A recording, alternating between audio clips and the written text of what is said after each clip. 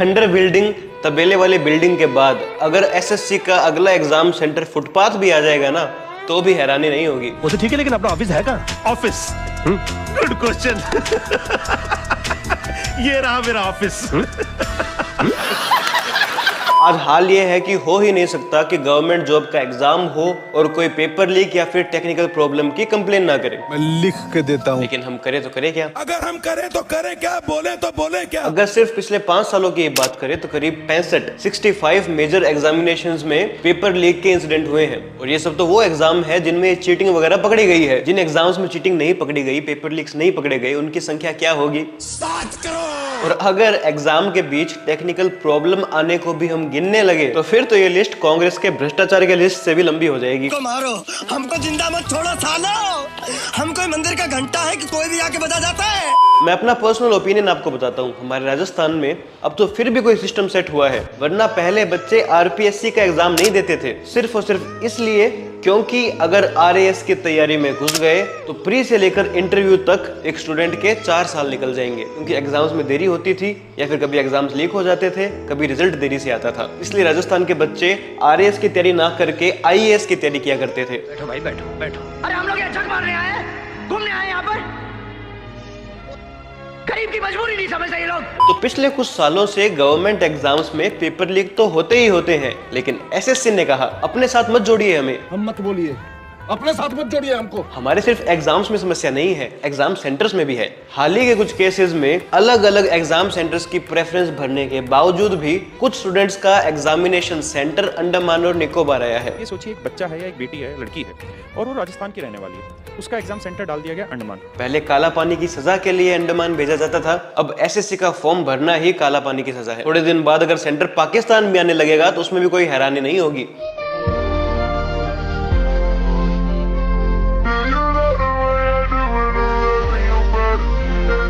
Exam परसों है, admit card आज आ रहा है। अरे भाई साहब, 2 दिन पहले कोई बच्चा अपनी टिकट कैसे कंफर्म करवाएगा? एडमिट कार्ड लोगों के 2-2 दिन पहले तक भी काफी लोगों के नहीं आ पाए। लास्ट मोमेंट पे एडमिट कार्ड में सेंटर्स भी चेंज कर दिए गए, पहले कुछ था बाद में कुछ चेंज कर दिया गया। एग्जाम सेंटर्स की कंडीशन इतनी जर्जर है कि पूछो मत। एक एग्जाम सेंटर के नीचे गाय भैंस का तबेला था। दीदी ने एड़ी चोटी लगा दिया करियर बर्बाद करने के लिए, कि भैंस के तबेला में सेंटर दिया। कुछ एग्जामिनेशन सेंटर्स के हालात तो ऐसे थे कि उनके आगे तो पब्लिक टॉयलेट भी 5 स्टार होटल लगे। अरे कहाँ जा रहा है? अरे मैं एसएससी का एग्जाम देने जा रहा हूँ। तेरा सेंटर कहाँ है? सेंटर यही तो है सेंटर। और एग्जाम तो एग्जाम सेंटर के अंदर टेक्निकल प्रॉब्लम उससे भी बड़ी है। बच्चों के बायोमेट्रिक वेरिफिकेशन ना होने के कारण एग्जाम छूट रहे हैं। इस एग्जाम में कम से कम 10 से 15 मिनट के लिए सबका समय रुक गया है, एग्जाम नहीं चल रहा था, पूरा सिस्टम लॉक हो गया। मतलब साल तो गया ही गया, ऊपर से माँ बाप और मारेंगे क्योंकि एग्जाम में तो एब्सेंट लिखा आएगा। तुम्हारा छूट कैसे जा रहा है? अरे मैं सीरियस हो जाऊंगा, डांट दूंगा बहुत कस के।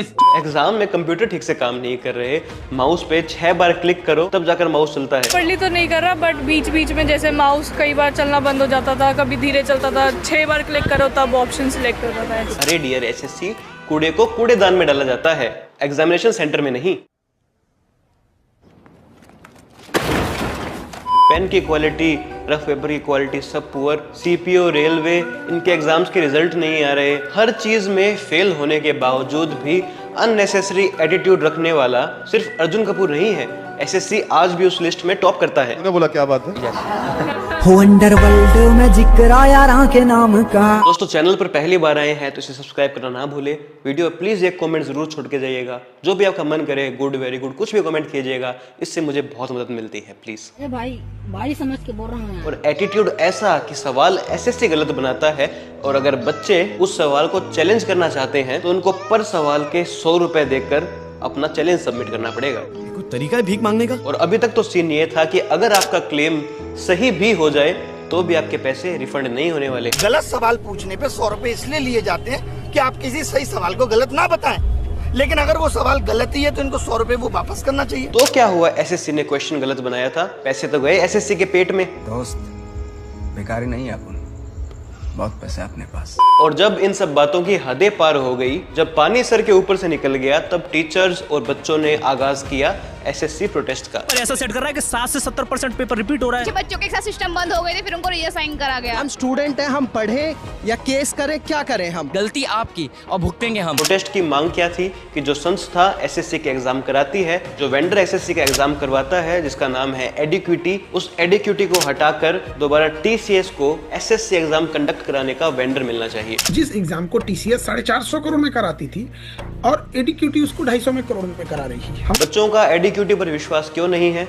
क्योंकि एक तो लेटेस्ट जो एसएससी सिलेक्शन का एग्जाम हुआ था उसमें व्यवस्था एकदम जीरो थी। दूसरा, एडिक्यूटी ऑलरेडी मध्य प्रदेश पटवारी exam, MP TET, Maharashtra MBA, CET जैसे एग्जाम्स में ये प्रूव कर दिया है कि एडिक्यूटी बड़े लेवल पर एग्जाम कराने में भी सक्षम नहीं है। तुमसे ना हो पाएगा। बच्चे चाहते हैं कि एडिक्यूटी की गलती की वजह से उनका एक साल खराब ना हो, इसलिए बच्चे प्रोटेस्ट कर रहे थे टीचर्स के साथ। और ये प्रोटेस्ट बड़ा ही पीसफुल था, लेकिन इस प्रोटेस्ट को भी पुलिस और प्रशासन ने अच्छे से हैंडल नहीं किया। बड़े बड़े जो टीचर्स थे उन्हें जबरदस्ती बसेस में बिठाकर पूरी दिल्ली में घुमाया गया, यहाँ तक इन्हें टॉयलेट करने के लिए भी नहीं उतारा गया। वीडियो आता है, वीडियो में राकेश यादव शिकायत कर रहे हैं कि जब से टीचर्स को बस में बिठाया गया है तभी से उन्हें बीच में न टॉयलेट जाने दिया गया, न ही किसी को किसी तरह का ब्रेक लेने के लिए बस रुकी। जब टीचर्स ने पुलिस वालों से सवाल किए कि आपको किस बात का डर है, तो पुलिस वाला कहता है कि ये वर्दी पहनते तो पता चलता डर किस बात का है। जिसपे अभिनय सर ने कहा कि मैंने तो ये वर्दी 2017 में पहन के उतार दी। तो पुलिस वाला कहता है कि मर्द होते तो नहीं उतारते। अगर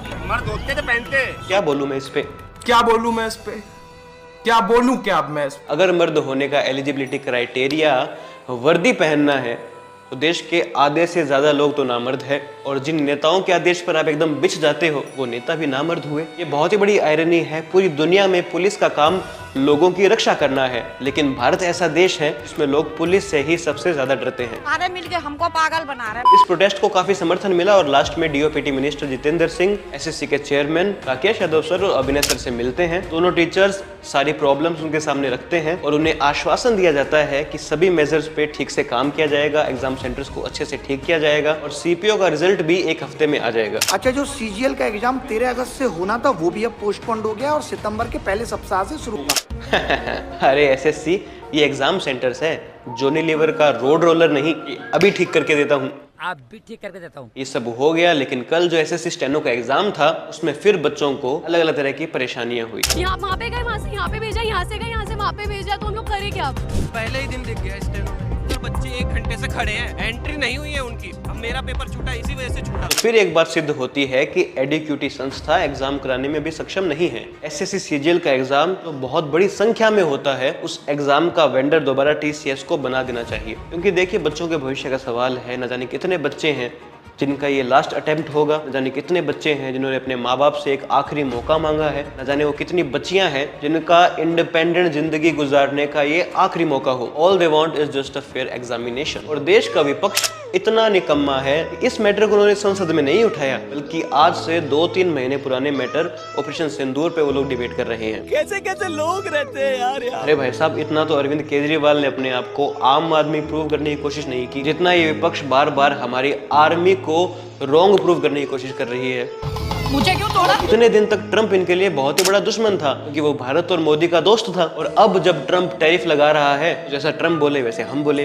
ट्रंप ने कहा इंडिया डेड इकोनॉमी है, तो राहुल गांधी कहते हैं कि Trump stated a fact. Everybody knows that the Indian economy is a dead economy. I'm glad that President Trump has stated a fact. ये क्या बात करता है यार? ये जानते हुए कि इंडिया आज दुनिया की फास्टेस्ट ग्रोइंग इकोनॉमी है, लेकिन नहीं, हम तो एंटी इंडिया बोलेंगे। बेचारे भूल गए होंगे, टेंशन बहुत है ना।